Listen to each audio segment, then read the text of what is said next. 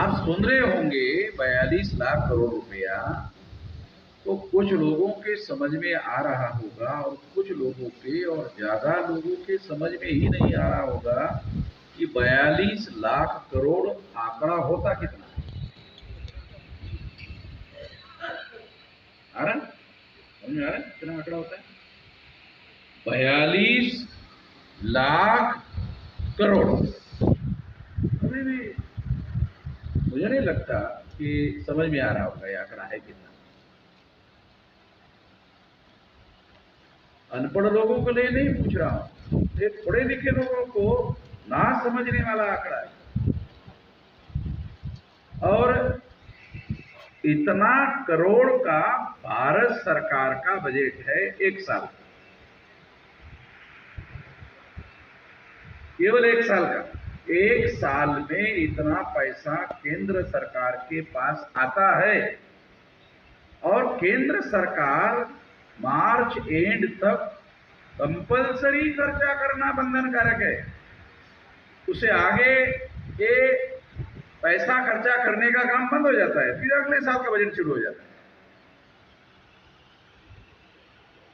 तो इतने लाख करोड़ रुपया केंद्र सरकार के पास आता है, उसी तरह से अलग अलग राज्यों की सरकारें हैं और अलग अलग राज्य सरकारों का बजट अलग अलग है।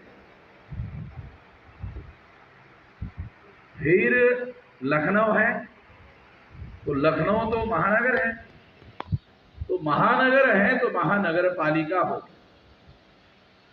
महानगर पालिका होगी तो महानगर पालिका को टैक्स लगाने का अधिकार होगा, फिर पैसा इकट्ठा होगा, फिर खर्चा करने का काम होगा, ये बजट अलग होगा। तो लखनऊ महानगर पालिका के साथ साथ लखनऊ जिला भी है ना।